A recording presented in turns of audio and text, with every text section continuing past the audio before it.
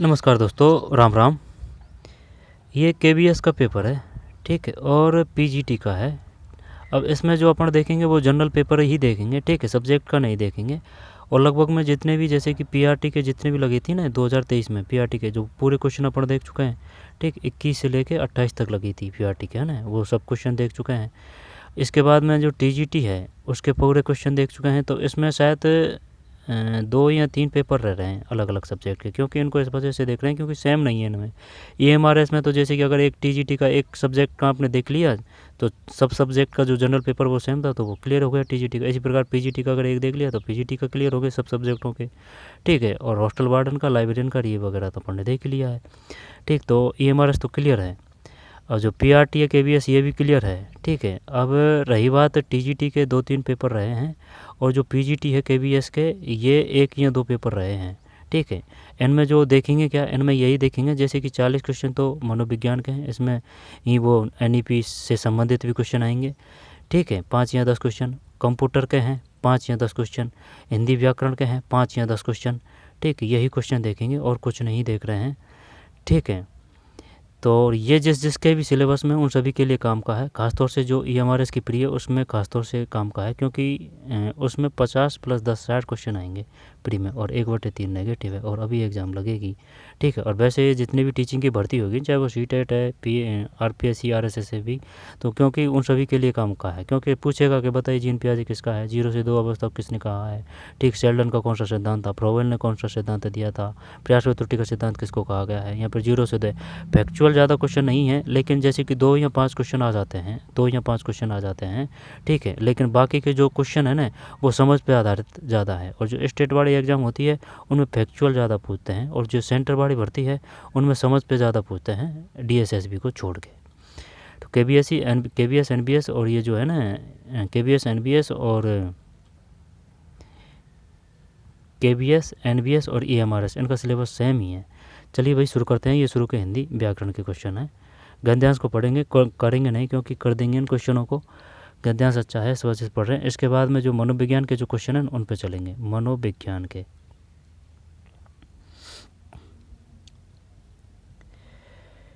यदि हम अनैतिक जीवन, तरीका क्या रहेगा, पहले खुद से करने की कोशिश करेंगे, हो जाता है तो ठीक है, नहीं होता है तो ठीक है, फिर बाद में ईएनएस देखेंगे।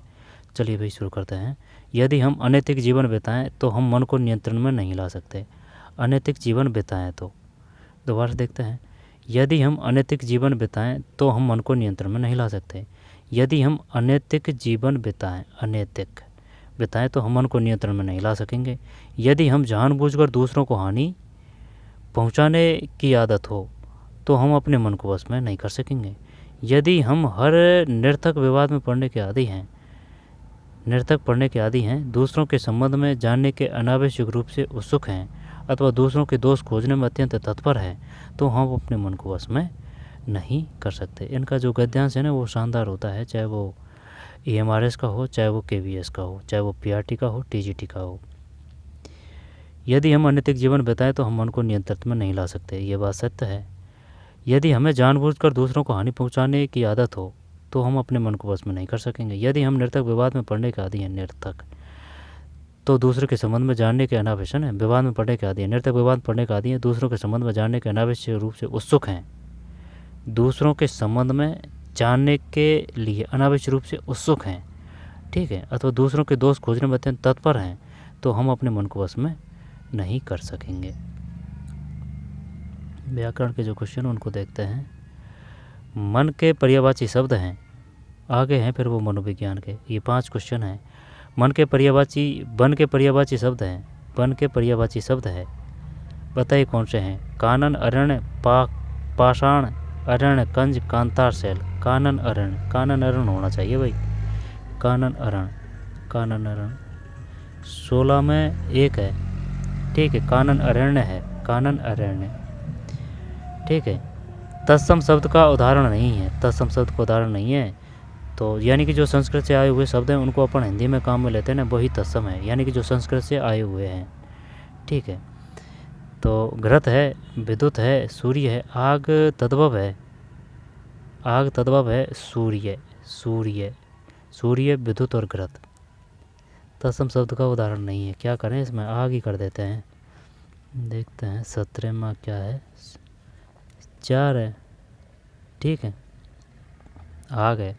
तत्सम शब्द का उदाहरण नहीं है, आग नहीं है। जबकि घृत है, घृत किसे कहते हैं, घृत है, विद्युत है, सूर्य है।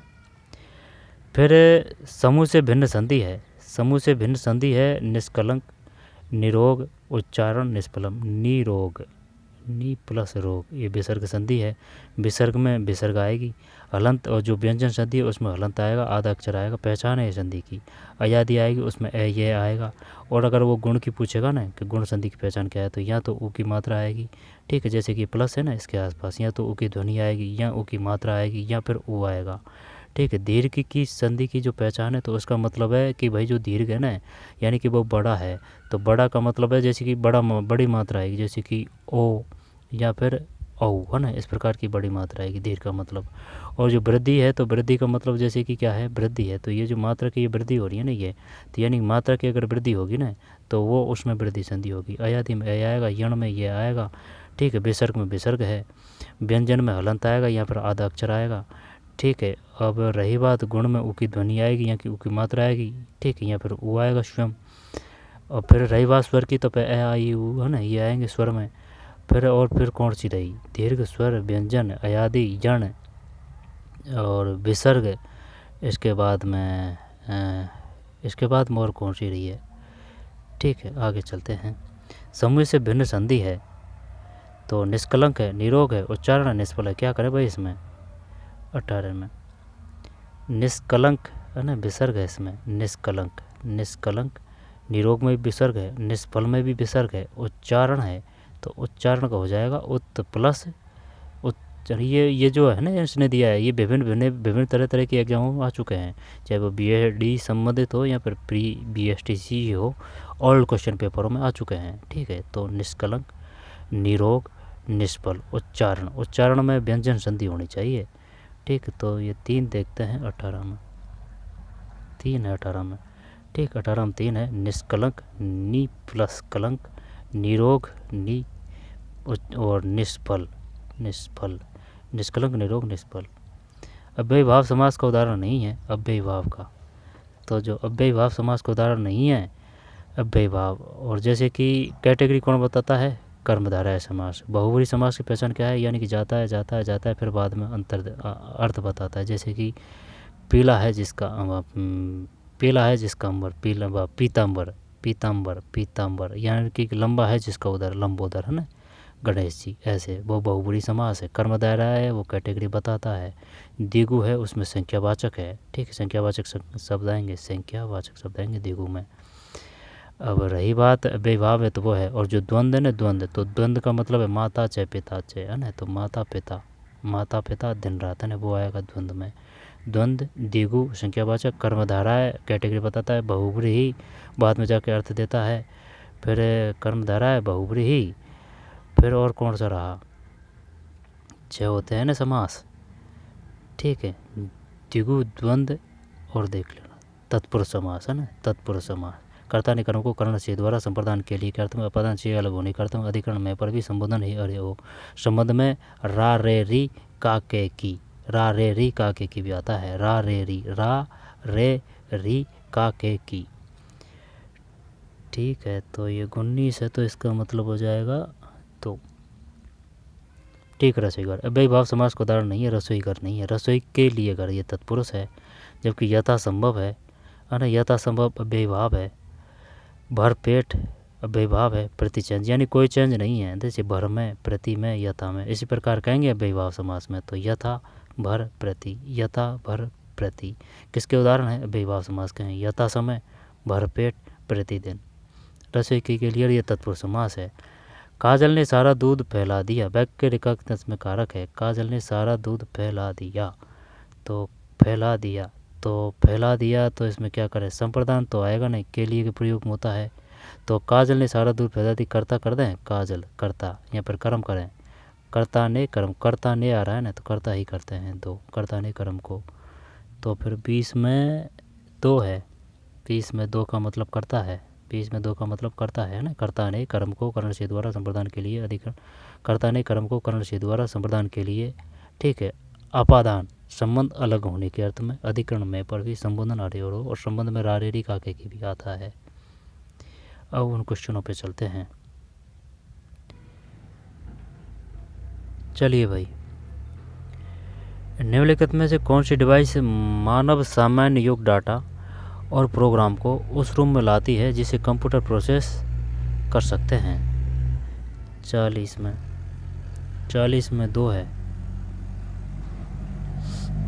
40 में 2 है। ये जो 40 है तो 40 में 2 है, ठीक है। इनपुट डिवाइस जैसे कि जो कंप्यूटर में होते हैं ना, वो अंदर होती है इनपुट, जैसे कि कीबोर्ड होता है, स्कैनर भी होता है, स्कैनर है ना, कीबोर्ड होता है, स्कैनर होता है, माउस है ना, वो भी इसकी ये इनपुट में आएगा, ठीक है। और जो प्लॉटर है, जिसके अंदर लास्ट में टर है, प्लॉटर है, और प्रिंटर है वो आउट है, वो आउटपुट है, ठीक है। CPU की फुल फॉर्म क्या है? CPU की सेंट्रल प्रोसेसिंग यूनिट है। रैम की फुल फॉर्म क्या है? रैंडम एक्सेस मेमोरी है। रोम की फुल फॉर्म क्या है? रीड ओनली मेमोरी है, ठीक है। नॉन वोल्टिक कौन सी है? नॉन है, तो जैसे कि रोम में ओ है, नॉन वोल्टिक रोम है, तो फिर नॉन को हटा देंगे तो वोल्टिक फिर रैम है। रैम ये अस्थाई है, ये स्थाई है, ठीक। सबसे ज़्यादा जो स्पीड किसकी होती है? रजिस्टर की होती है, यानी कि रजिस्टर में कैश दे दिया तो रजिस्टर कैश, फिर रैम रोम, फिर और भी है, जैसे कि SSD है, SHD है ना, इस प्रकार से है। कार्डों के प्रकार होते हैं ये, जो SSD कार्ड होते हैं ना, उनकी ज़्यादा स्पीड होती है, ठीक है। जैसे कि कंपनी भी बनाती है माइक्रोमैक्स के कार्ड, या फिर किंगस्टन के कार्ड, ठीक है, सैमसंग के कार्ड, है ना, ये है। किंगस्टन के शानदार होते हैं, ऑफलाइन वाले हैं ना, उनकी कह रहा हूँ मैं, जैसे कि 10 GB 8 GB 32 GB, वो शायद SHD होते हैं शायद, वो है ना, ये कन्फर्म नहीं है, वो SSD होते हैं या फिर SHD होते हैं, ठीक है। इनमें भी कंफ्यूज है कि स्पीड किसकी ज़्यादा होती है, SSD की होती है या फिर SHD की होती है। तो ये कौन सा है? इसमें मानव सामान्य योग डाटा प्रोग्राम को उस रूप में लाती है कि कंप्यूटर प्रोसेस कर सके। तो 40 में 2 है इनपुट डिवाइस। चलिए 10 क्वेश्चन रहे हैं जीके के, उनको बाद में देखेंगे। संज्ञानात्मक परिपक्वता क्या है? अनुभव करने की योग्यता, सोचने की योग्यता, कार्य करने की योग्यता, मुस्कुराने की योग्यता। संज्ञानात्मक परिपक्वता क्या है? संज्ञानात्मक यानी दिमाग से संबंधित है। ये किसने दिया था? संज्ञानात है न, ये जीन पियाजे ने दिया था। सामाजिक का वाइगोस्की ने दिया था। तो अनुभव करने की योग्यता, सोचने की योग्यता, कार्य करने की योग्यता, मुस्कुराने की योग्यता। संज्ञानात्मक सोचने की बात है, ज्ञान आता ही समाज से, वो दिमाग से है, ठीक है। सोचने 41 में 2 है सोचने की योग्यता। गृह समुदाय संबंध निम्न किसके द्वारा स्थापित किया जा सकता है? गृह समुदाय संबंध निम्न किसके द्वारा स्थापित किया जा सकता है? गृह और समुदाय है ये, तो फिर माता पिता, अध्यापक, प्रबंधन, विद्यार्थी। Home community relation can be stabilize by निम्न किसके द्वारा स्थापित किया जा सकता है?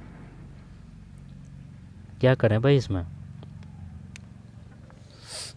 घर समुदाय संबंध विद्यार्थी कर दें, या फिर गृह और समुदाय? सिर्फ घर है और समुदाय है, तो फिर माता पिता कर दें, तो फिर 1/3 है नेगेटिव इस बार। तो माता पिता, यानी कि क्योंकि घर है और समुदाय है, अगर स्कूल देता तो फिर अपन विद्यार्थी करते या फिर अध्यापक करते। चल माता पिता करते हैं, देखते हैं दिखाना है। 42 में सही है, 42 में 2 है, माता और पिता। गृह समुदाय संबंध निम्नलिखित किसके द्वारा स्थापित किया जा सकता है? माता पिता है, ठीक। अगर वो स्कूल देता ना, तो फिर या तो विद्यार्थी आता या फिर टीचर आता। बालक के नैतिक व्यवहार में विचलन, विपतन निम्नलिखित किससे संबंधित है? बालक के नैतिक व्यवहार में विचलन को क्या बोलेंगे? The deviation of a moral व्यवहार of the child related to. 43 1 है। ये इंग्लिश तो पढ़नी पड़ रही है ना, वरना इतनी इंग्लिश आती है नहीं अपन पे, ठीक। तो इससे पढ़नी पड़ रही है, इसके चक्कर में इंग्लिश भी थोड़ी थोड़ी सही हो ही जाएगी। द डेविएशन ऑफ मॉरल व्यवहार of the child related to, तो मॉरल की बात आ गई है, तो फिर देखते हैं इसमें क्या है। 43 एक है। एक का मतलब है भावनात्मक क्षेत्र। बालक के नैतिक व्यवहार में विचलन निम्नलिखित किससे संबंधित है? भावनात्मक क्षेत्र है, भावनात्मक क्षेत्र है। ठीक है, बालक के नैतिक व्यवहार में विचलन निम्नलिखित किससे संबंधित है? भावनात्मक क्षेत्र है। 43 में एक है। ठीक है, भावनात्मक क्षेत्र। बालक के नैतिक व्यवहार में विचलन निम्न किससे संबंधित है? भावनात्मक क्षेत्र। 43 में एक नैतिक व्यवहार। फिर अब करते हैं ना, पढ़ के नहीं। बालक में निम्नलिखित में किस माध्यम से आत्मीयता का भाव विकसित किया जा सकता है? आत्मीयता। तो फिर सामुदायिक सेवा, अध्ययन, दौरा, ये वो अस्पताल नहीं दिया है इसने, प्रातःकालीन सभा, सामुदायिक सेवा। सामुदायिक सेवा, सामुदायिक सेवा को क्या बोलेंगे? Community service. और आत्मीयता का भाव, आत्मीयता को क्या बोलते हैं? आत्मीयता को बोलते हैं सेंस ऑफ बिलोंगिंगनेस। बिलोंगिंगनेस तो कम्युनिटी सर्विस ही करते हैं। ये जो है 44 में एक ही है, सामुदायिक सेवा। फिर बालकों में आत्मनियंत्रण विकसित करने का लक्ष्य निम्नलिखित किसके माध्यम से प्राप्त किया जा सकता है? तो बालकों में आत्मनियंत्रण विकसित करने का लक्ष्य निम्नलिखित किसके माध्यम से प्राप्त किया जा सकता है? तो फिर आत्मनियंत्रण किसके माध्यम से प्राप्त किया जा सकता है? सामाजिकरण प्रक्रम, सामाजिक सांवेगिक अधिगम प्रक्रम, प्रतिभागी अधिगम, समकक्षी अधिगम। आत्मनियंत्रण विकसित करने का लक्ष्य निम्नलिखित किसके माध्यम से प्राप्त किया जा सकता है? तो आत्म की बात है ना, तो सामाजिक संवेगात्मक अधिगम प्रक्रम होना चाहिए भाई। ये जो है 45 में 2 सही है। तो इसको बोलते क्या हैं? सेल्फ कंट्रोल, है ना। इंग्लिश सरल लगती है, इंग्लिश हिंदी बजाय। आत्मनियंत्रण भारी भरकम शब्द है, सेल्फ कंट्रोल जानते हैं। विकसित करने का लक्ष्य निम्न किसके माध्यम से प्राप्त किया जा सकता है? सामाजिक संवेगात्मक अधिगम है, यानी कि process of psycho emotional learning है। ठीक है। फिर अधिगमकर्ता के नैदानिक मूल्यांकन में निम्न किसका निस्तारण होता है? अधिगमकर्ता के नैदानिक मूल्यांकन से निम्नलिखित किसका निस्तारण होता है? प्रबल पक्ष है, प्रबल दुर्बल पक्ष है, केवल दुर्बल पक्ष है, समग्र व्यक्तित्व है। अधिगम के नैदानिक मूल्यांकन से निम्नलिखित किसका निस्तारण होता है? तो अधिगम के नैदानिक मूल्यांकन से निम्नलिखित किसका निस्तारण होता है? निस्तारण होता है नैदानिक। नैदानिक को बोलते हैं डायग्नोस्टिक। डायग्नोस्टिक है क्या इसमें? Diagnostic area. Assessment for learning address of the following, यानी कि पहले रोग की पहचान करेंगे, पहचान को ही नैदानिक बोलते हैं। में किसका निस्तारण होता है? प्रबल पक्ष का, प्रबल और दुर्बल पक्ष का, केवल दुर्बल। केवल दुर्बल आएगा, ये तो भाई बीमारी है तो उसी का ही तो इलाज होगा। 46 में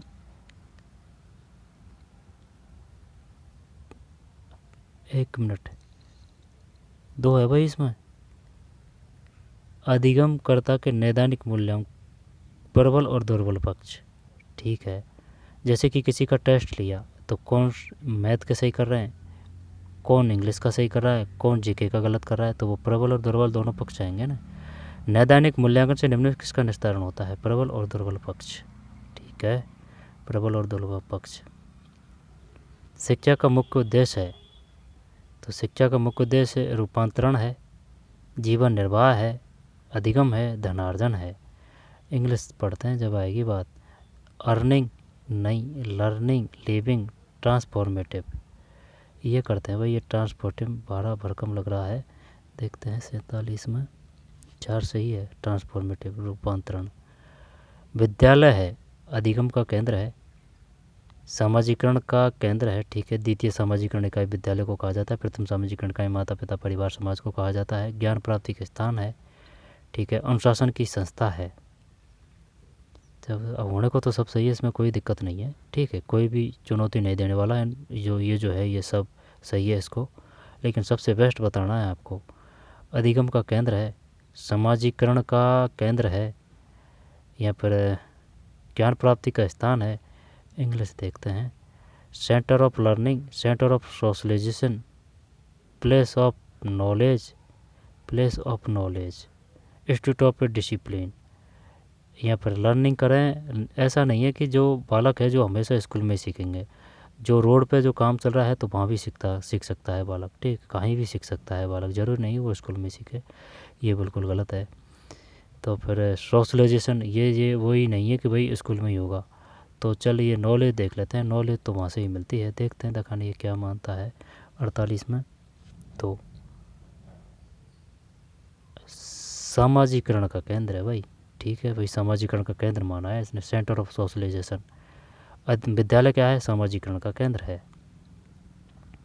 जब अध्यापन और अधिगम के लिए कोई लक्षित स्थान नहीं हो तो वह निम्नलिखित में किस श्रेणी में आएगा। दोबारा से देखते हैं, गलत गया वो क्वेश्चन।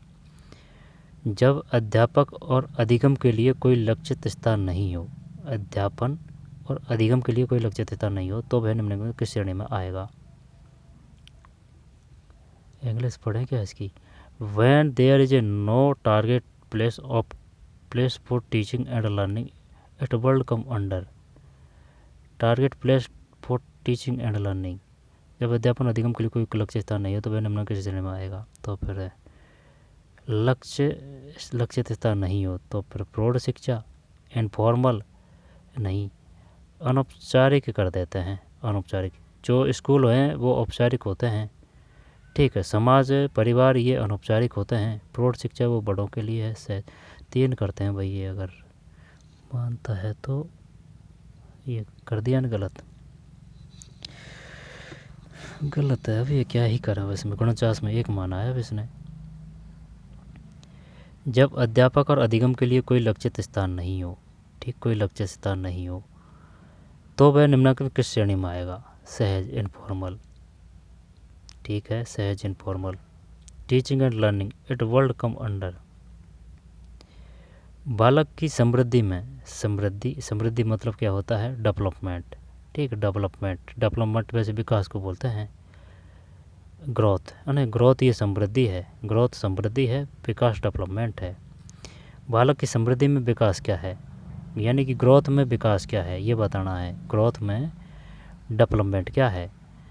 तो फिर ग्रोथ में डेवलपमेंट क्या है, तो ग्रोथ के हिसाब से बताना है ना, तो फिर मात्रात्मक परिवर्तन ही करेंगे, है ना। जोरदार क्वेश्चन है 50 में 1। 50 में गुणात्मक परिवर्तन है भाई, बालक की समृद्धि में, यानी कि ग्रोथ में विकास क्या है। अगर इसके हिसाब से बताते तो ये ग्रोथ तो भाई मात्रात्मक परिवर्तन होना चाहिए, लेकिन अब ये विकास पे ही जोर दे रहा है, गुणात्मक परिवर्तन। 50 में 1 गलत, ठीक है, गुणात्मक परिवर्तन 50 में 1 है। बालक को प्रभावित करने के लिए निम्न में क्या शक्तिशाली सामाजिक माध्यम है। 1/3 है, इस बार नेगेटिव, चाहे प्री हो चाहे मैन हो, 10 गुना पास करेंगे। बालक को प्रभावित करने के लिए निम्न में क्या शक्तिशाली सामाजिक माध्यम है,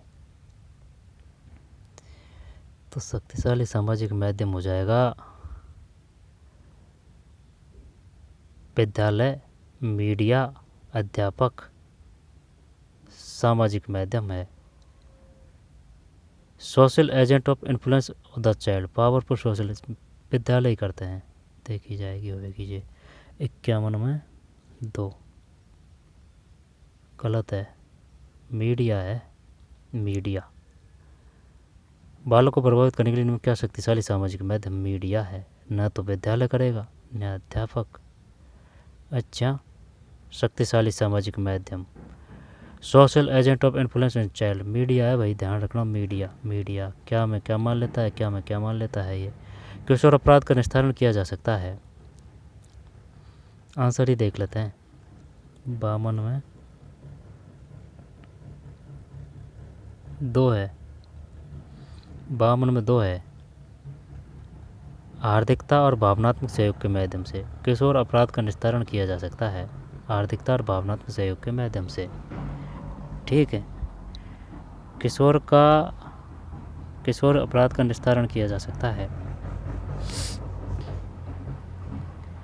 आर्थिकता और भावनात्मक सहयोग के माध्यम से, आर्थिकता और भावनात्मक सहयोग के माध्यम से। 52 में 2 है, समझ में नहीं आई रही बात एकदम बिल्कुल। The genuinely delinquency can be dealt through warm and emotional support. हार्दिकता और भावना सहयोग के माध्यम से किशोर अपराध का निस्तारण। ये तो कर देता भाई, ये तो जोड़ नहीं दिया दिमाग में, बामन में 2 है, ठीक है। फिर आप अधिगमकर्ताओं को कैसे समझ सकते हैं? कैसे? उसकी आदतों से, उसके द्वारा प्राप्त अंक ग्रेड से, उसकी जानकारी के बिना ही उनके प्रचलित। ये बेस्ट है, ये तो सही होना चाहिए। 53 में 3, ये तो सही है भाई। उसकी जानकारी के बिना ही उनके प्रचलित व्यवहार से। फिर विद्यालय के पर्यवेक्षण। प्रचलित का मतलब समझ रहा है? प्रचलित का मतलब यह है जैसे कि बालक खेल के मैदान में खेल रहा है, ठीक है, तो वो जो भी एक्टिविटीज़ क्रिया कर रहा है ना, तो उसको पता नहीं चल रहा है ना, उसको पता नहीं है, लेकिन हम उसका ध्यान रख रहे हैं कि भाई ये क्या कर रहा है, किन छात्रों से मिलता है, किन के साथ बैठता है, उठता है, बातें हैं जो किस प्रकार से बोलता है, किस चीज़ पे विशेष ध्यान है, खेलता है नहीं खेलता है, बैठा रहता है या नहीं रहता है ना। इस प्रकार की जो चीज़ें हैं जो बिना ही उससे पूछे, है ना, पता चल जाता है। प्रचलित व्यवहार। प्रचलित का मतलब है यानी कि जो कुछ कर रहा है वो, है ना, प्रचलित विधि उसको बोलते हैं। जैसे कि ये जो हो रहा है ना, ये प्रचलित विधि है। ये विद्यालय पर्यवेक्षण का क्या प्रयोजन है? पर्यवेक्षण का क्या प्रयोजन है? मूल्यांकन है, ये प्रशासनिक अनिवार्यता है, मार्गदर्शन और सहयोग है। पर्यवेक्षण को बोलते हैं सुपरविजन। मार्गदर्शन और सहयोग कर देते हैं, इसमें कोई दिक्कत नहीं होनी चाहिए। 54 में 4 सही है। मार्गदर्शन और सहयोग। मार्गदर्शन सहयोग को क्या बोलेंगे? Guidance and support. Guidance and support. और इसका मतलब है मूल्यांकन, एवोल्यूशन, प्रशासनिक अनिवार्यता, एडमिनिस्ट्रेटिव रिक्वायरमेंट, छिद्रान्वेष, फॉल्ट फाइंडिंग। फिर शिक्षा क्षेत्र में जे बी वाटसन, वैसे व्यवहारवादी ने किस क्षेत्र में अपना योगदान दिया? तो फिर व्यवहारवादी कर देते हैं 55 में, तो सही है व्यवहारवादी, ठीक है। संज्ञानवादी है, संज्ञान है, नए से जी न, है ना, जी न पियाजे है, ठीक। सामाजिकता की बात है वो वाइगोस्की है। सामाजिक का स और वाइगोस्की का स। फिर निम्नलिखित किस पर्यावरणीय कारक से अधिगम का संवर्धन करता है? निम्नलिखित में से किस पर्यावरणीय कारक से अधिगम का संवर्धन करता है?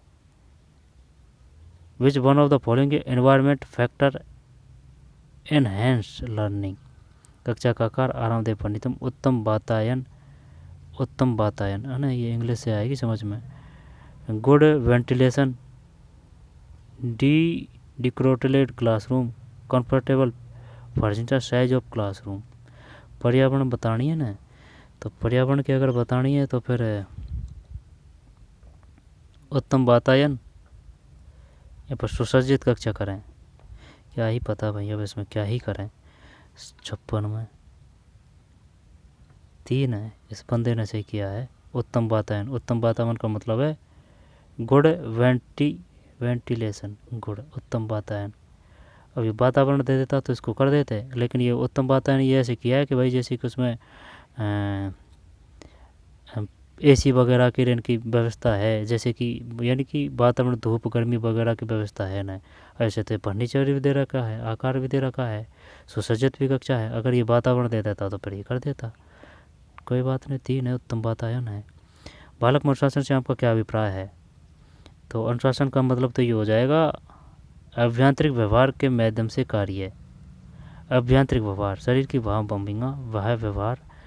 अभ्यांतरिक तो फिर इंटरनल व्यवहार, एक्शन थ्रो तो इंटरनल व्यवहार, 4 ही कर देते हैं।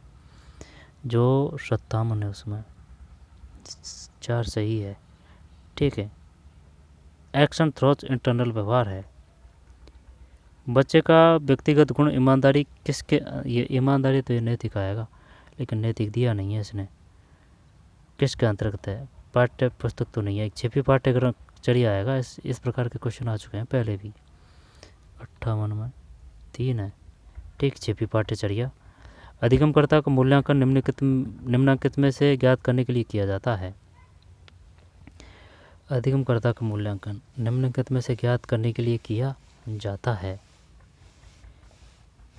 तो फिर अधिगमकर्ता का मूल्यांकन निम्नलिखित में से ज्ञात करने के लिए किया जाता है।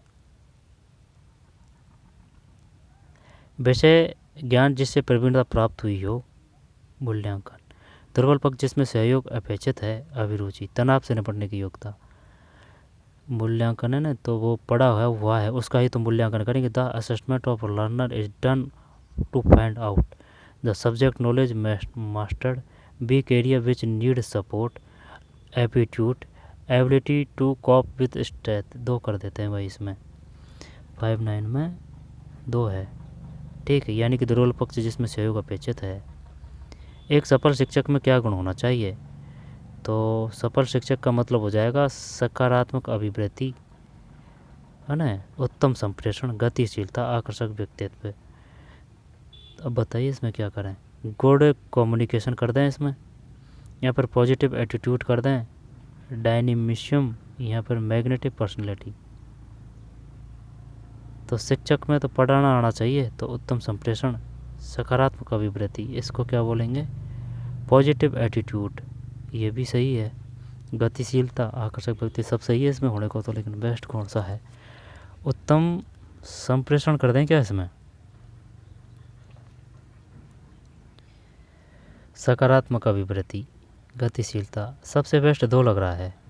देखते हैं 60 में, गलत गया ना, 60 में 4 है।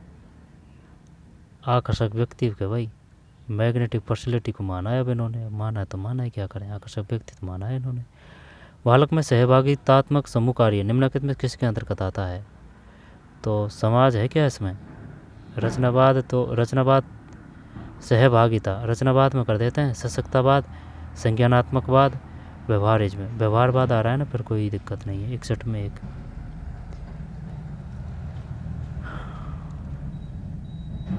61 में 2 है यार। बालकों में सहभागिता, है ना, यानी कि ये प्रोजेक्ट विधि की बात कर रहा है। प्रोजेक्ट विधि किसकी है? डाल्टन की है या फिर किलपैट्रिक की है? तो सहभागितात्मक समूह कार्य निम्न किसके अंतर्गत आता है? 61 में 2 है। रचनावाद है, कॉन्स्टिट्यूटिज्म, कनेक्टिज्म, कॉग्निटिज्म, व्यवहारिज्म, 2 है इसमें। कार्यकरण के माध्यम से अधिगम है, लर्निंग बाय डूइंग इज, कार्यकरण के माध्यम से अधिगम है, कार्यकरण के माध्यम से अधिगम है। समस्या समाधान, पार्श्विक चिंतन, अपसारी चिंतन, प्रायोगिक अधिगम, कार्यकरण। इंग्लिश देख ले, learning by doing, learning by doing तो प्रॉब्लम सॉल्विंग, ये सही लग रहा है। लेटर थिंकिंग नहीं, लर्निंग बाय डूइंग है, नहीं करना। डिफिकल्ट थिंकिंग, थिंकिंग नहीं चलेगी। एक्सपीरियंटल लर्निंग, ये कर दें क्या 4? प्रॉब्लम सॉल्विंग या फिर एक्सपीरियंटल लर्निंग, 4 करते हैं। प्रायोगिक अधिगम, ये जो 62 है, 4 सही है भाई, बच गए, ठीक है। कार्यकरण के माध्यम से अधिगम है, प्रायोगिक अधिगम। फिर निम्नलिखित में क्या किशोर किशोरियों के संदर्भ में संज्ञानात्मक चुनौती है? संज्ञान आता ही ज्ञान है, तो फिर चुनौती है। आक्रामक होना है, पहले भी आ चुका है। अकेंद्रित है, अंतर्मुखी भी है, बहिर्मुखी भी है, आक्रामक ये समस्या है। देखते हैं 63 में,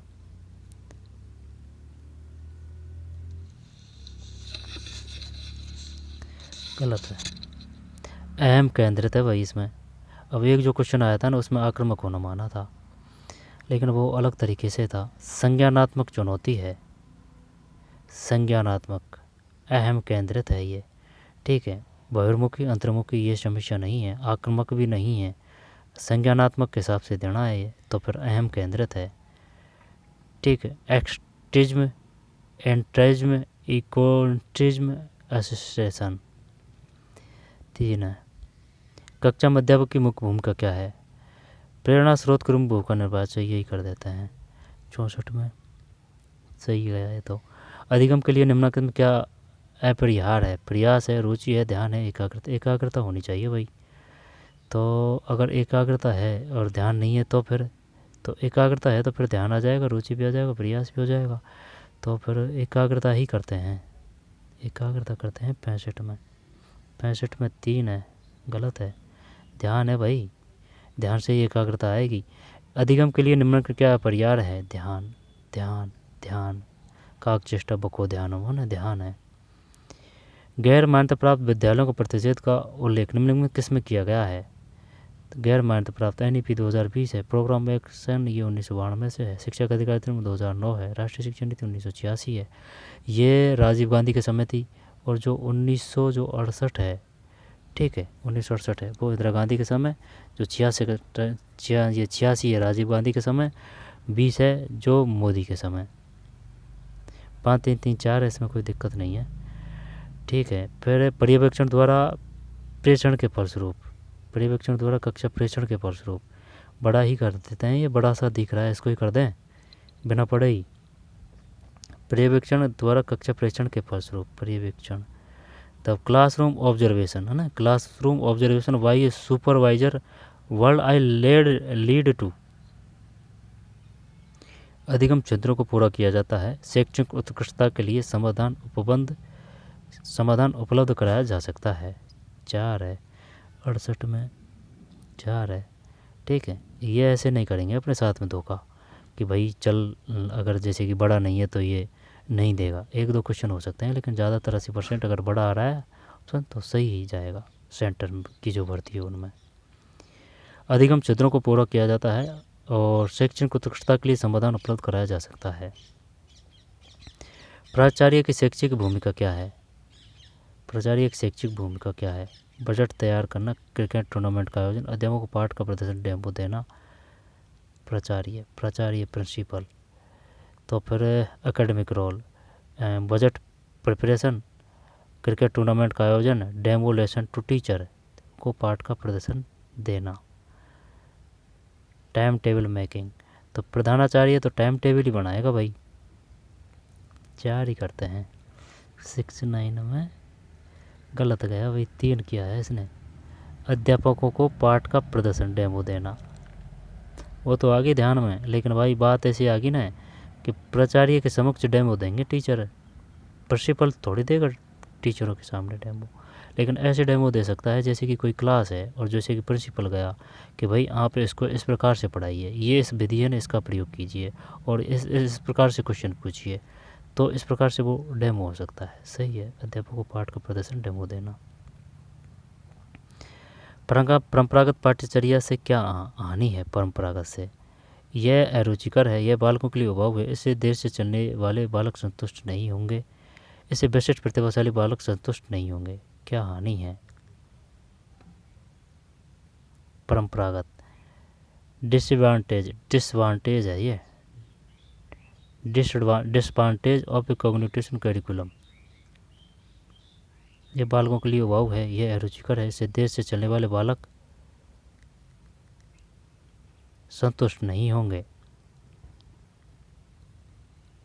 4 करते हैं 70 में। सही है भाई। अब ये ना, ये परंपरागत का मतलब ये है जैसे कि आराम से पढ़ाना, तो आराम से जो पढ़ाएंगे छात्रों को, जो कौन संतुष्ट नहीं होंगे? जो जिनका IQ लेवल आधी है ना, ज़्यादा है, और वो विशिष्ट यानी प्रतिभाशाली है, 140 से ऊपर जो IQ लेवल होता है ना, तो वो संतुष्ट नहीं होंगे। ठीक है, सभी को समान भाव से रखना पड़ता है। चित्र में 4 है। फिर समानता निम्नलिखित किससे संबंध है?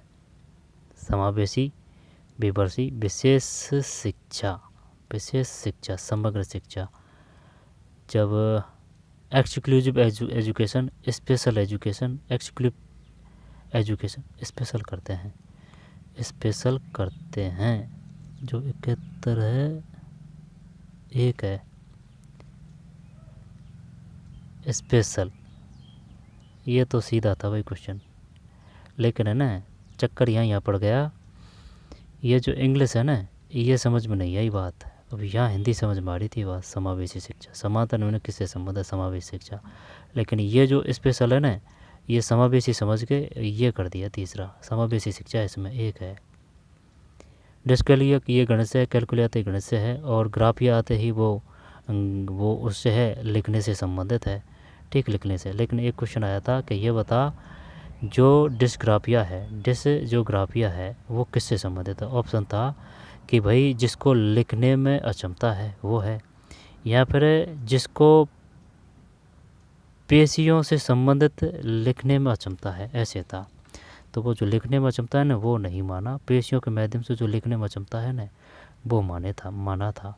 डिस्प्रेक्सिया का मतलब क्या है? पैसे पेशियाँ होता है, और जो डिसलेक्सिया है वो लिखने से नहीं, वो बोलने से होता है। डिस्प्रेक्सिया पेशिया है। ग्राफिया लिखने से संबंधित है, लेकिन वो ऑप्शन पे डिपेंड करता है, जैसे कि लिखने से ही संबंधित है, या फिर और भी अगर बढ़िया ऑप्शन दे दिया कि पेशियों के माध्यम से लिखने में होने वाली समस्या, तो फिर वो आएगा उसमें। कैलकुली गणित से है, ठीक है। का तात्पर्य किससे है? संख्याओं को समझने की अयोग्यता, ये तो कोई दिक्कत नहीं है, गणित से है और कोई देखने की ज़रूरत नहीं है। भाग वैकल्प के लिए कौन सा आ जाएगा? डिसलेक्सिया आ जाएगा। जब है ना चक्कर इसमें पड़ता है, एक तो ये पठन वैकल्प में पड़ता है और एक बोलने में अक्षमता में पड़ता है। ये रीड और स्पीक में, यानी कि बोलने में और पढ़ने में, ठीक है। कौन सा आएगा? डिसलेक्सिया आएगा, नहीं आएगा तो डिसलेक्सिया ही। तो और एक और है इसी प्रकार से, ठीक। ग्राफिया को लिखने से हो जाएगा, डिसकैलकुलिया गणित से हो जाएगा, गणित से हो जाएगा डिसकैलकुलिया। प्रेक्सिया पेशिया से हो जाएगा। डिसलेक्सिया बोलने से होना चाहिए भाई, बोलने से पढ़ने से ना, इनमें बारीकी अंतर है, और देख लेना डिसलेक्सिया का। PWD एक्ट 2016, जब इसमें आंसर करना था ना, हाँ ये तो गणित है, इसमें कोई दिक्कत नहीं है, देख लेते हैं। 72 में एक ही है। फिर दिव्यांगजन अधिनियम 2016 में उपबंध किया गया है। तो ये जो है ना 2009 के तहत 6 से 14 तक के बच्चों को शिक्षा ग्रहण करवाना है। दिव्यांगों के लिए 6 से 18 है, ठीक है। टीचर के जो घंटे हैं सप्ताह में वो 45 है, ठीक है। 35:1 है 2009 के तहत, ठीक है। 35:1 और 40:1 है। 35:1 कहाँ है? 40:1 कहाँ है? 40:1 है, जो 40:1 है वो 6 से 8 है शायद, नहीं 35:1 है ना, 35:1 है, वो 6 से 8 है, और 40:1 है शायद वो 1 से 5 है। और देख लेना और कन्फर्म कर लेना भाई। देखते हैं 73 में क्या है। 73 में 2 है। दिव्यांगजन अधिनियम 2016 में उपबंध किया गया 6 से 18 वर्ष तक के वय वर्ग के दिव्यांगों को निःशुल्क शिक्षा का अधिकार, ठीक है। 2016 है ये, 2016 में उपबंध किया गया 6 से 18, 6 से 18, 6 से 18, 6 से 16 जरूर देगा, 2016 है ये, ठीक है। दिव्यांगजन अधिनियम 2016। और जो RT अधिनियम 2009 है वो 21A के तहत है, ठीक है। 6 से 14 तक के बच्चों को निःशुल्क शिक्षा उपलब्ध करवाया जाएगी। नीति निर्देशक तत्व कितने हैं? 11 है। किससे लिए गए हैं नीति निर्देशक तत्व? आयरलैंड से लिए गए हैं, 21 है। और जो 21 है उसका मतलब क्या है? 21 अनुच्छेद है ना, उसका मतलब है प्राण विधेयक स्वतंत्रता। 73 2 है। फिर शिक्षा मंत्रालय द्वारा हाल ही में शुरू किया मनोदर्पण में से मनो आ रहा है, तो ये दिमाग से ही संबंधित होगा। 74 में 3 है। मानसिक स्वास्थ्य संबंधी रोगों बेकारों से मुक्त बालकों को परामर्श दिया जाना। फिर ये इसमें 40% है डिसेबिलिटी की। एक तो डिसेबिलिटी पूछा था और एक है हैंडीकैप्ड पूछा था, कि अगर जिसके शरीर शारीरिक अंग नष्ट हो जाते हैं तो उनके लिए कौन सा वर्ड आएगा? डिसेबिलिटी आएगा या फिर हैंडीकैप आएगा? इस प्रकार का भी क्वेश्चन आ चुका है, हल्के में मत लेना इन क्वेश्चनों को। 75 में 4 है, 40% पहले भी आ चुका है। उत्तम स्कूल लीडर का गुण है, 75 में 4 है, ठीक। 75 में 75 नहीं 76 में 3 है, और जो 75 में तो 4 हो चुका है, 75 में 4 हो चुका है, और ये जो 76 है इसमें 3 है। 3 का मतलब है अभिप्रेरित करने की क्षमता, मोटिवेशन आ जाएगा। फिर स्कूल विकास योजना का क्या प्रयोजन है? स्कूल विकास योजना 77 में 2 है। 2 का मतलब है सर्वांगीण विकास। स्कूल विकास योजना का क्या प्रयोजन? सर्वांगीण विकास है। विद्यालय की समय सारणी किस उद्देश्य से बनाई जाती है? तो 78 का मतलब 3 है। समग्र विकास के लिए विद्यालय का सुचारू व्यवस्थित कार्यक्रम सुनिश्चित करना।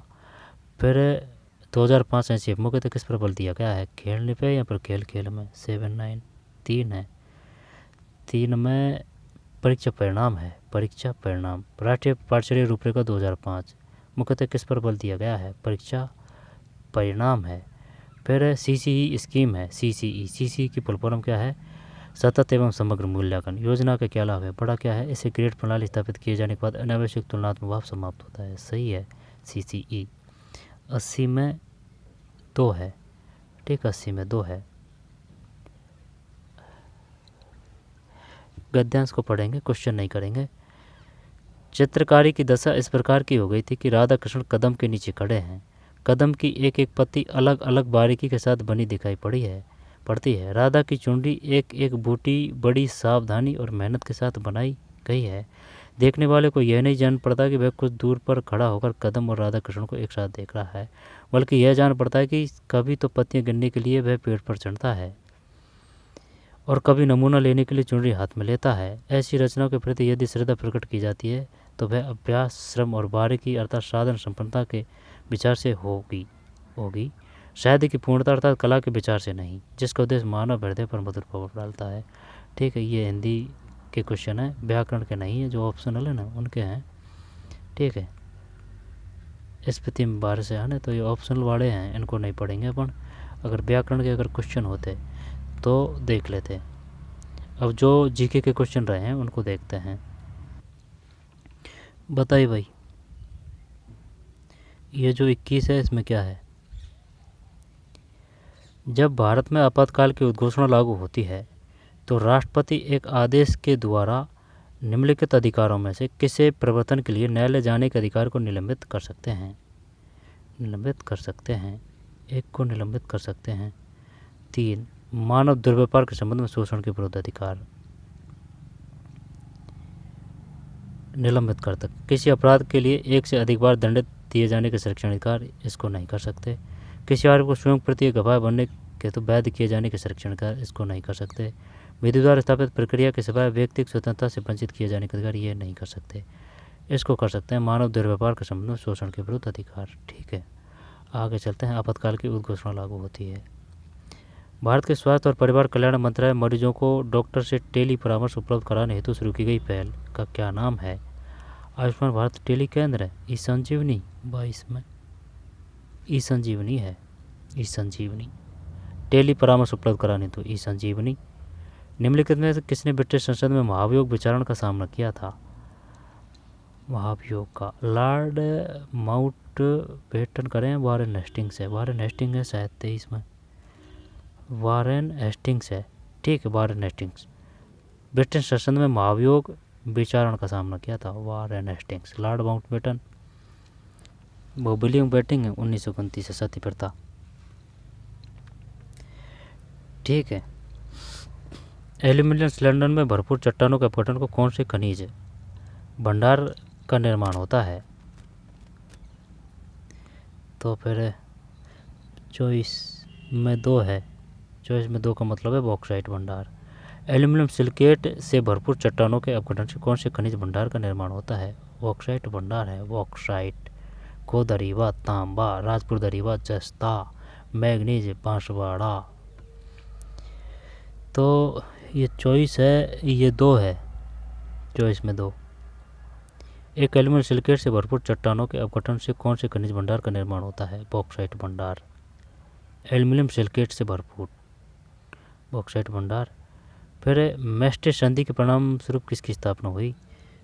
25 में 2 है, यूरोपीय संघ EU, विश्व bank W, world wide WB विश्व बैंक, WTO, आसियान, यूरोपीय संघ है EU। मैस्ट्रिक्ट संधि के परिणाम, यूरोपीय संघ EU। किस सूक्ष्म सेबी से मलेरिया? मादा एनाफिलीज है क्या इसमें? मादा एनाफिलीज नहीं है, तो फिर ये जो 26 में 3 है, प्रोटोजोआ है। मानव ध्वनि कहाँ उत्पन्न होती है? तो ध्वनि श्वास नली तो नहीं है, स्वतंत्री कर देते हैं, स्वतंत्री। मानव ध्वनि कहाँ उत्पन्न होती है? 27 में 3 है, कंठ है भाई, कंठ है। मानव ध्वनि कहाँ उत्पन्न होती है? कंठ, कंठ, कंठ, कंठ, कंठ। ठीक, और एक और आया था, टेटुआ। ठीक है, किस लिए जाना जाता है टेटुआ? टेंटुआ किसके होता है या फिर शरीर में कहाँ होता है टेंटुआ।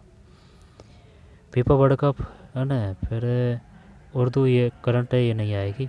मेमोरी क्षमता सबसे कम है, तो सबसे मेमोरी क्षमता सबसे कम किसकी है? CD।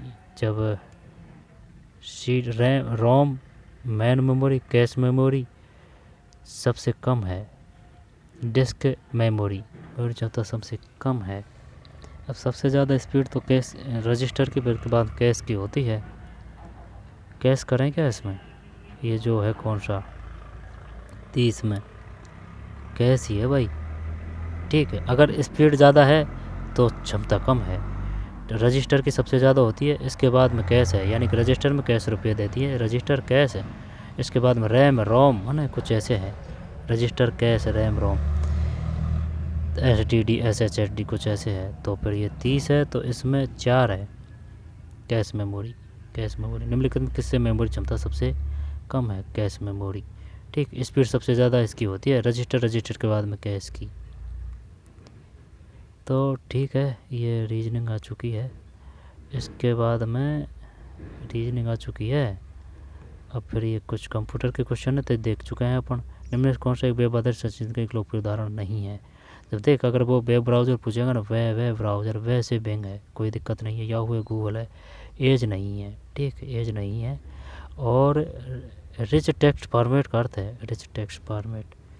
रिच टेक्स्ट फॉर्मेट तो जो 36 था ना उसमें 2 है, एज सही है।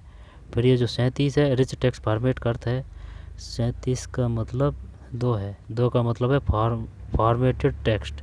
रिच टेक्स्ट फॉर्मेट का अर्थ है formatting text, formatted text. Rich text format refer to formatted text है।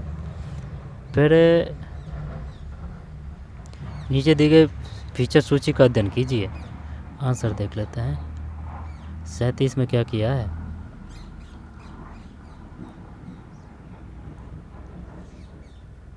सैंतीस में 2 है फॉर्मेटिंग टेक्स्ट। फिर जो 38 है उसमें है 3। 1 2 4 1 2 4 1 2 4 1 2 4 का मतलब ये और ये। फीचर सूची का अध्ययन कीजिए। पेज लेआउट, फिर जूम ऑप्शन, एंडिंग इमेजिंग। फिर में कौन से फीचर MS वर्ड और MS एक्सेल दोनों में होते हैं? Page layout, zoom option, adding imaging. समझ रहा है? पेज लेआउट है, पेज लेआउट, ठीक है, पेज लेआउट, जूम ऑप्शन है ना, जूम करते हैं। और एडिंग इमेजिंग ये MS वर्ड में भी है, MS एक्सेल में भी है। ठीक, 1 2 4 है इसमें। 39 निम्न में ऑपरेटिंग सिस्टम की सर्वश्रेष्ठ और सही परिभाषा कौन सी है? तो जो 39 है उसमें एक है। एक का मतलब है एक प्रोग्राम जो कंप्यूटर में अन्य सभी एप्लीकेशन प्रभावों को मैनेज करता है। ऑपरेटिंग सिस्टम यानी कि OS की सर्वश्रेष्ठ और सही परिभाषा कौन सी है? एक प्रोग्राम जो कंप्यूटर में अन्य सभी एप्लीकेशन प्रोग्रामों को मैनेज करता है। निम्न से कौन सी डिवाइस मानव सामान्य युक्त डाटा और प्रोग्राम को उस रूप में लाते हैं जिसे कंप्यूटर प्रोसेस कर सकता है? इनपुट है ये 40 में इनपुट है। ठीक, इनपुट डिवाइस कौन कौन सी है? आउटपुट कौन कौन सी है? स्टोरेज डिवाइस कौन कौन सी है? KB, MB, GB, TB, PB। ठीक, मेमोरी डिवाइस। तो चलिए कोई और पेपर में मिलते हैं। ये वही क्वेश्चन आ चुके हैं, तो चलिए पढ़ते रहिए, मेहनत करते रहिए। मिलते हैं कोई और नई वीडियो में। धन्यवाद।